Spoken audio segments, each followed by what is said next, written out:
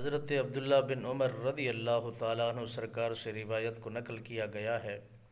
آپ سرکار فرماتے ہیں کہ جب بندہ کسی سفر کی غرض سے روانہ ہو تو اپنے سفر کو اکیلے میں طے نہ کرے، یا کسی قافلے کا انتظار کرے، یا کسی اور کو اپنا ساتھی بنا کر۔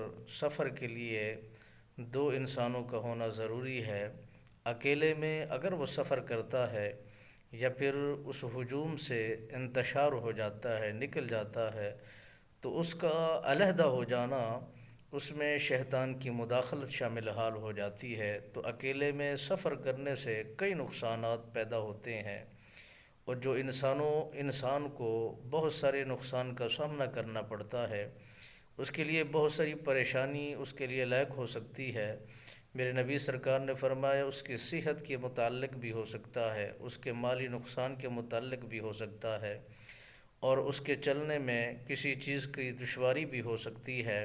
اکیلے میں جب سفر کرتا ہے تو اسے ڈر بھی لگ سکتا ہے، کسی کا خوف اور غلبہ بھی ہو سکتا ہے۔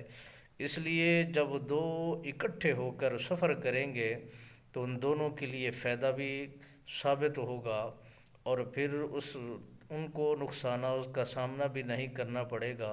ایک دوسرے کا سہارا بھی وہ بنیں گے، ایک دوسرے کے لیے آسرا بھی وہ بنیں گے۔